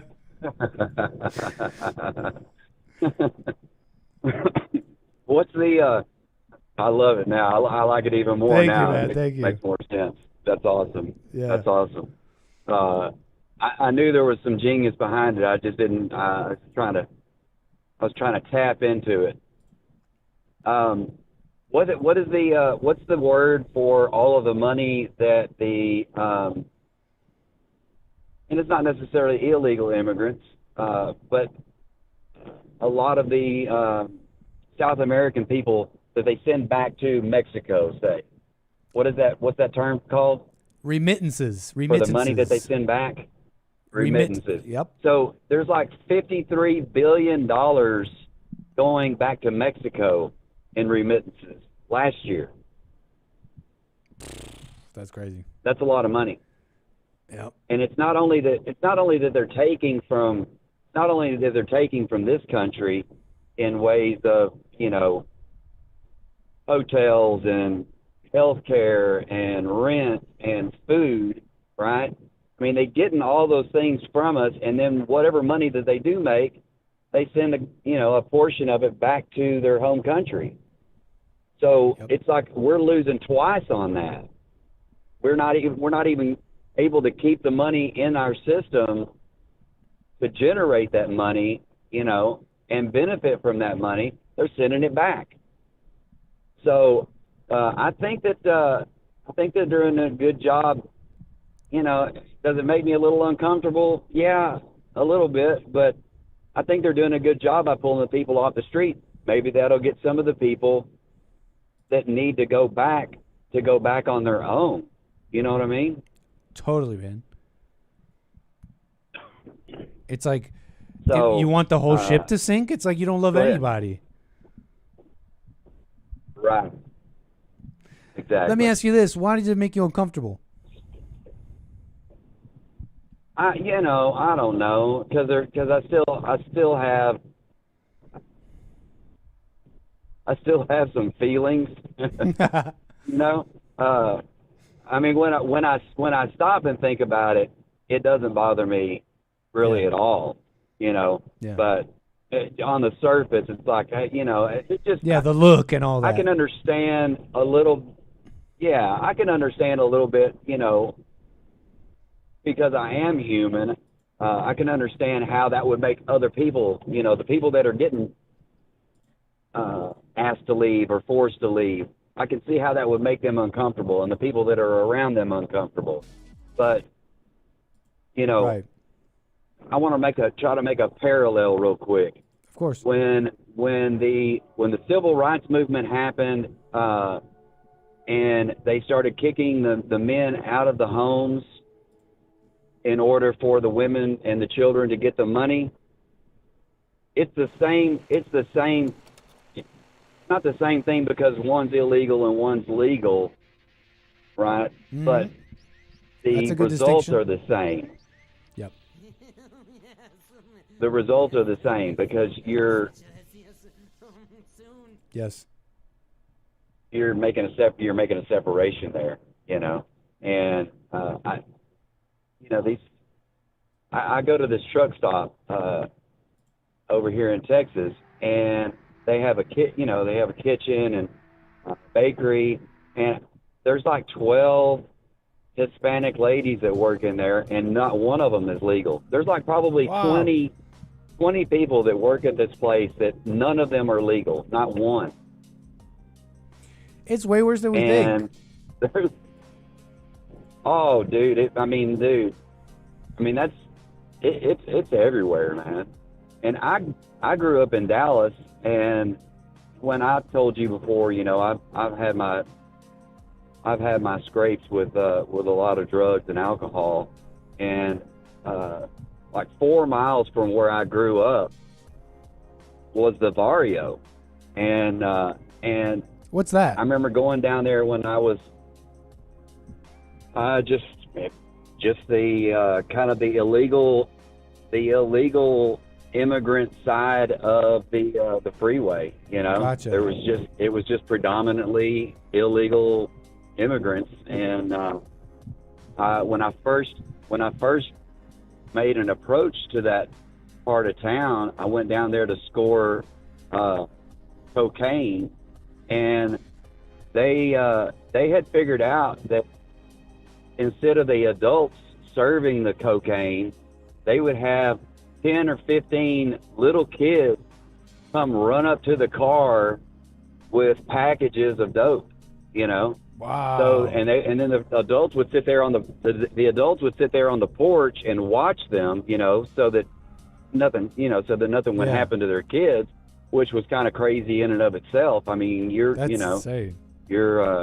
I'm sure that if somebody got squirrely and tried to take off, you know, grab some drugs and take off on the kids, then it would have gotten ugly, you know. But it was crazy, man. And that was like probably 20 years between that time, and I ended up living on the street, and I lived in that same neighborhood, bro. On the street. It was like the craziest full circle I've ever seen in my life. What a trip. yeah, this dope that it was good. I mean, if there's such a thing, it was strong. It was good. Good drug. But I don't think there's any such thing as a good drug, right? That's like saying good prison. Yeah, nice no, I know what you're jail. saying. No, You're talking about like a potency. But correct.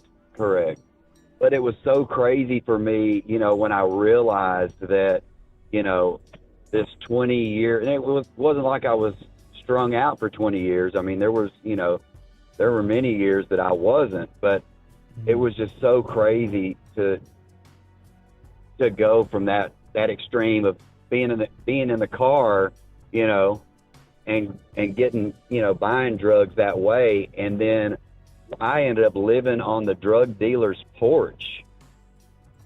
I was like, and I would hold guns, and then people would go in the house and come out. And if something happened inside the house, it was going to be bad, for me and everybody else when they came out of the house. Cause I was kind of paid to sit there and make sure that, Right. nothing went crazy. It was so wild, man. What a wild story, man. Wild. It sounds like, yeah, what a wild story. Yeah, it was and wild. it sounds like it really sounds like there's like there's like swaths of the population who are committed to living like that. And it's like no surprise when you're like illegal, it's like, yeah, hardworking, that's fine. But they are, by definition, starting off in like this fringe part of society and life. It's not a population you want to increase. It's not a population you want to let go out of control, right? It really shouldn't happen at all. But yeah, I mean, I get it. They're hardworking. They're not always criminals, but look, these people are already, they're starting their life in America off already in the fringe in a weird way. So it's no surprise that, you find criminality and bad pathways down that way. Correct. Yeah, and it's, I understand people are, they're working hard, but that's what going back, that's what I'm saying. Money that they're hardworking for, that's right. They're not keeping it here. It's going back over there, And I absolutely agree that I've got more experience with Mexicans than with with El Salvadorians and Guatemalans. But I have a little bit of that, but predominantly Mexicans, and they are hardworking, but just because you work hard doesn't give you the right to be in the country illegally, and so I don't know, there man. needs to be a limit. I agree, man. It is a big, huge mess. Terrible, David. Hey, brother, I appreciate you, man.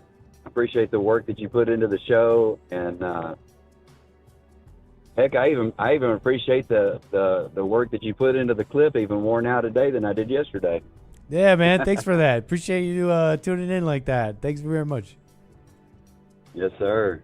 Yes, Call me again, David. You have a good afternoon, man. Yes, sir. Thank you. 844-900-2229. Very nice. Let's keep the calls going here. We got Rick, Hampton, Virginia. How you doing, sir? On the air. What's going on, Nick? What's happening with you, man? Rick, all is well. No complaints. Nice to hear from you. Man, I just want to tell you about the governor's race. The governor's race in here in Hampton, Virginia. Tell me about it. It's crazy, man. I'm voting for Winston Sears, but the funny thing about it, man, I was going to early vote this morning, and there were some people they passed me out a flyer, told me this is who you vote for. They wasn't forcing, but they was telling me who to vote for. You know what I'm saying? Uh-huh.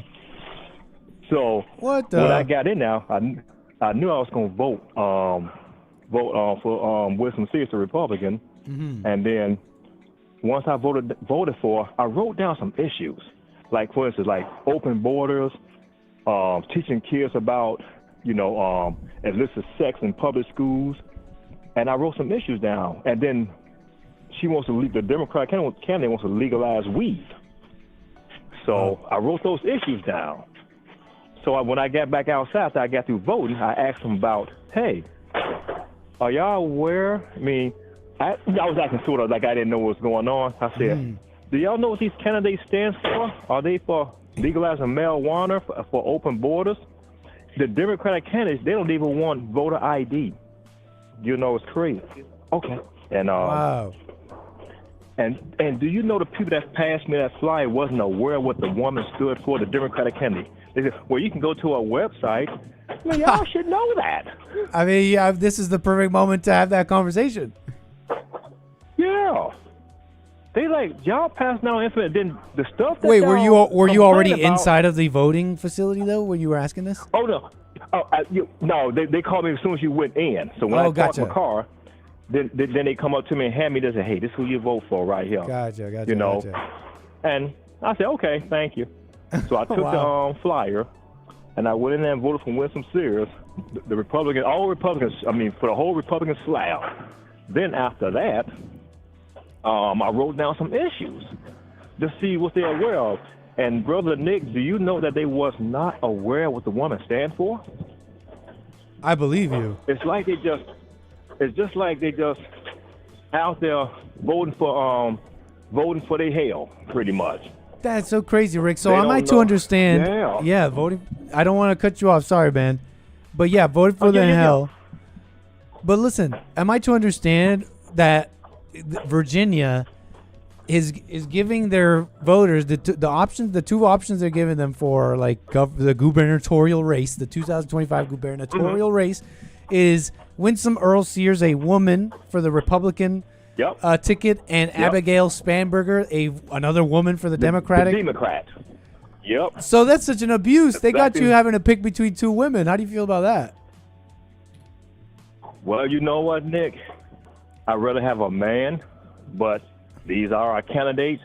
That's and true. At least the woman do the which is Winsome Sears. She stands for biblical principles. Yep. So them are only two candidates we got to vote for. Well, I know what you're saying, right? Like she at least espouses biblical principles and says, right? Right? It's got the R next to the name. I can understand what you're saying. It's just this is a bit of an abuse, in my opinion. It's it's a bit of a joke, a big joke played on the people, having to pick between these two women. A woman with a hyphenated last name. Winsome Earl Sears seems to have a hyphenated last name. Usually people do that when they married. Yep. They had a former name that way in case people know. Oh, that's Jolanda Jones. We went to high school together, but that's her married name. So some women have them both. That way, I'm familiar. You'll know that's the same person. Yeah. And Nick, I would rather vote for two men. Because women can't take a lot of pressure. They really can't. They're not designed to take a lot of pressure. You see, but they think they can, and that's why a lot of women today are not really feminine. Yeah. That's crazy, man. So when is this going down? You said you were early voting, right? Yep. Oh yeah, yep. This coming November. November, huh? We'll be watching, man. First Tuesday. Yes, sir, man. And I'm praying that Winsome Sears pulls it off, man. Because she's for open borders. She's even talking about bringing sexual content for your kids to be able to see in public schools, man. I'm telling you. They're against, most Democrats, they're against school choice for that reason, because the public school system is the first place what turn kids to Democrats. Fair enough, they don't Rick. Want no competition. Yep. Yes. And we'll be watching this one, Rick. You go ahead, say your last comment. I've definitely appreciated this conversation, but say your last comment. I'm gonna let you go. You got some noise in your background, but I super appreciate this convo. Go ahead. Can you hear me now? Can you hear me clear? You're saying. It's just more appreciative of this coming election, because it's gonna be for open borders, or you gonna have. I mean, if you wanted to be able to put your kids in any school, private school, public school, whatever, if you vote for the Democrats, you ain't gonna have that choice. They don't like private schools. They don't like private school because that takes away from them. Right. And they're like what they can tell the children. I mean, you got the children, you got major control. So I understand that. Whoa. What happened to my calls? Your session was ended. I had a whole bunch of callers. Why did you end my session, call-in studio? Rick, man, if you're listening, I do apologize for that. I don't know what happened there. I had all sorts of callers on hold. I was about to get to all of you. Thank you so much for that. Let me see if I can start that back up in the last few minutes of the show. Not sure what happened there. What a mess. Call-in studio just terminated. What happened? Let me read this. Your show was terminated. But why? Too much truth from Rick. Yeah, man.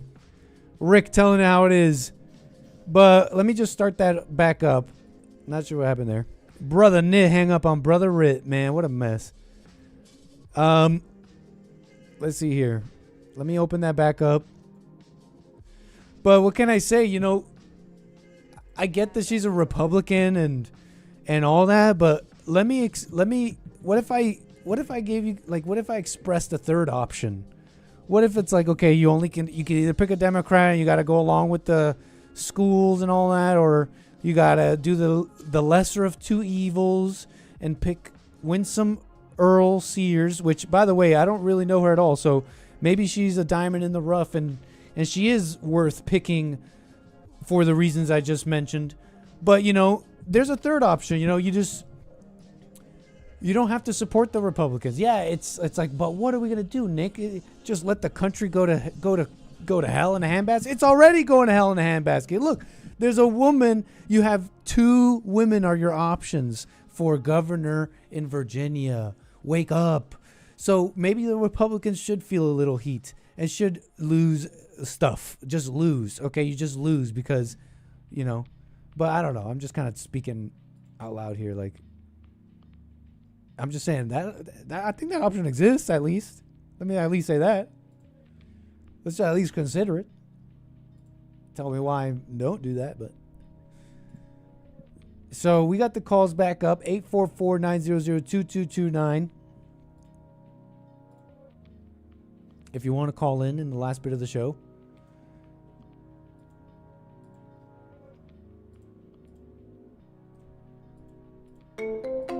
You are nice. So. Good afternoon, good morning, good evening, I guess. Thank you so much for, again, having me. I am running to be governor of our great Commonwealth because we must preserve all of the great successes that we have attained. I'm talking about... There wasn't one man? Record numbers and people working. I'm talking about mental health and all that we've done in that space, putting money towards ensuring that some of our most vulnerable in Virginia have the ability to get the help that they need. And why is that a talking point at all? Like, seriously, like, you're a Republican. Like, really, who is that speaking to?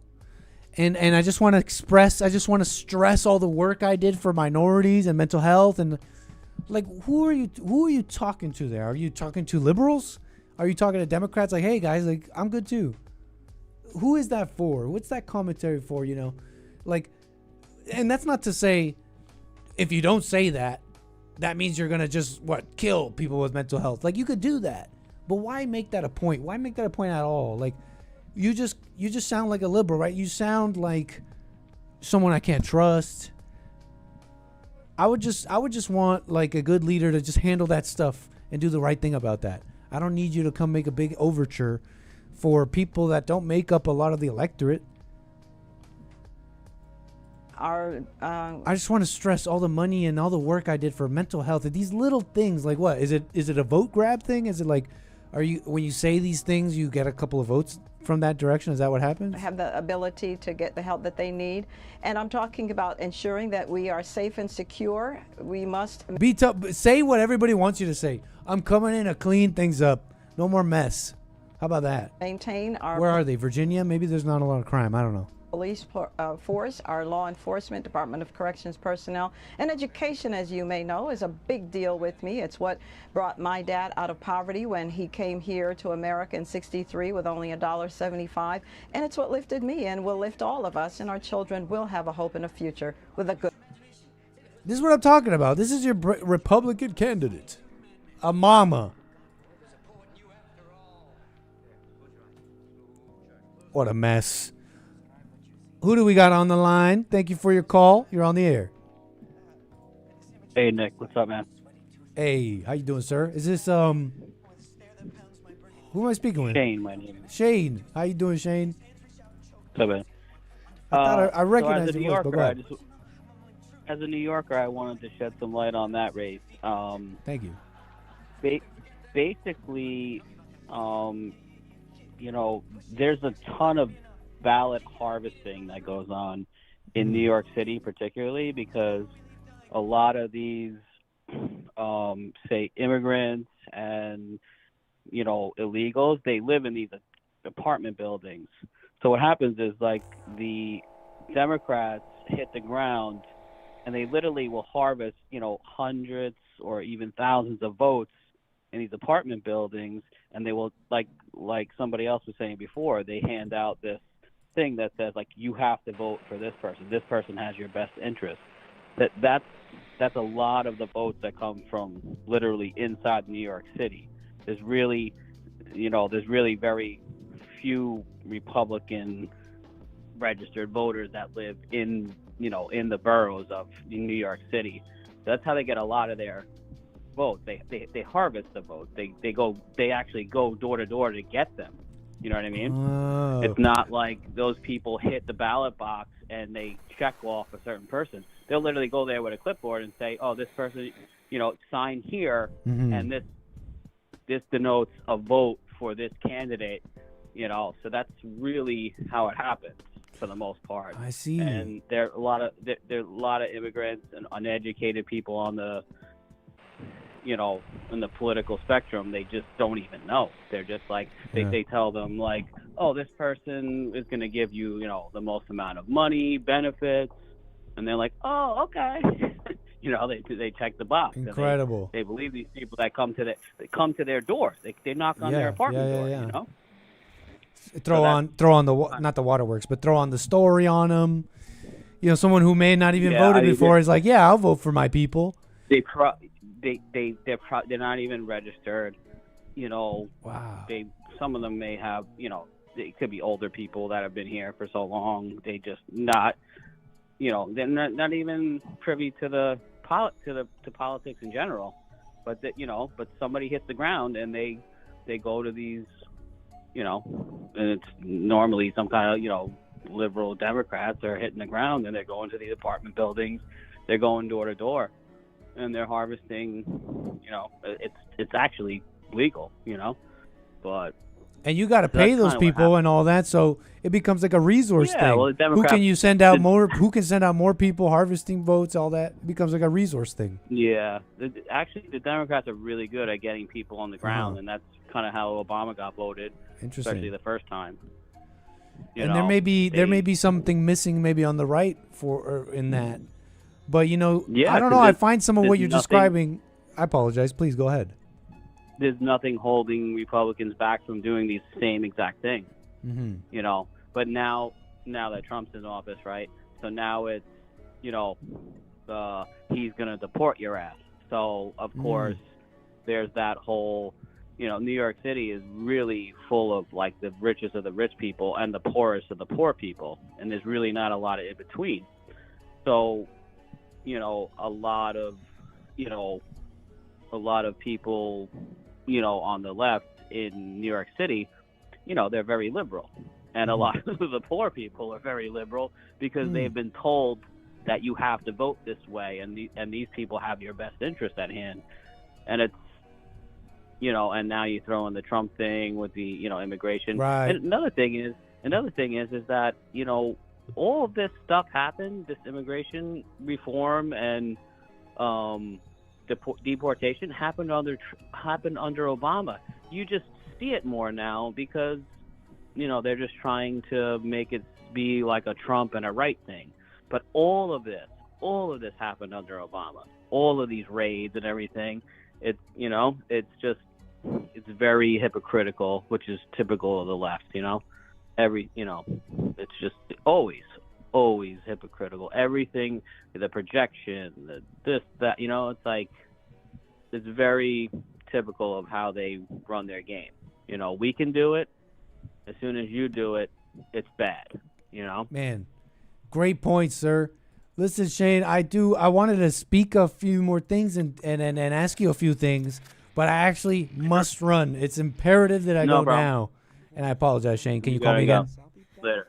Yeah, bye. Folks, I do apologize having to leave so abruptly. But I didn't plan for something. I mean, it's pretty much time for me to go, but I should have gone like 7 minutes ago, honestly. I must go like right now. Folks, I got to deal with something, and I got to be there. I got to physically be there, so I got to go. I appreciate everybody. Okay, I got to go like right now. Look, I'm sorry. It's unceremonious.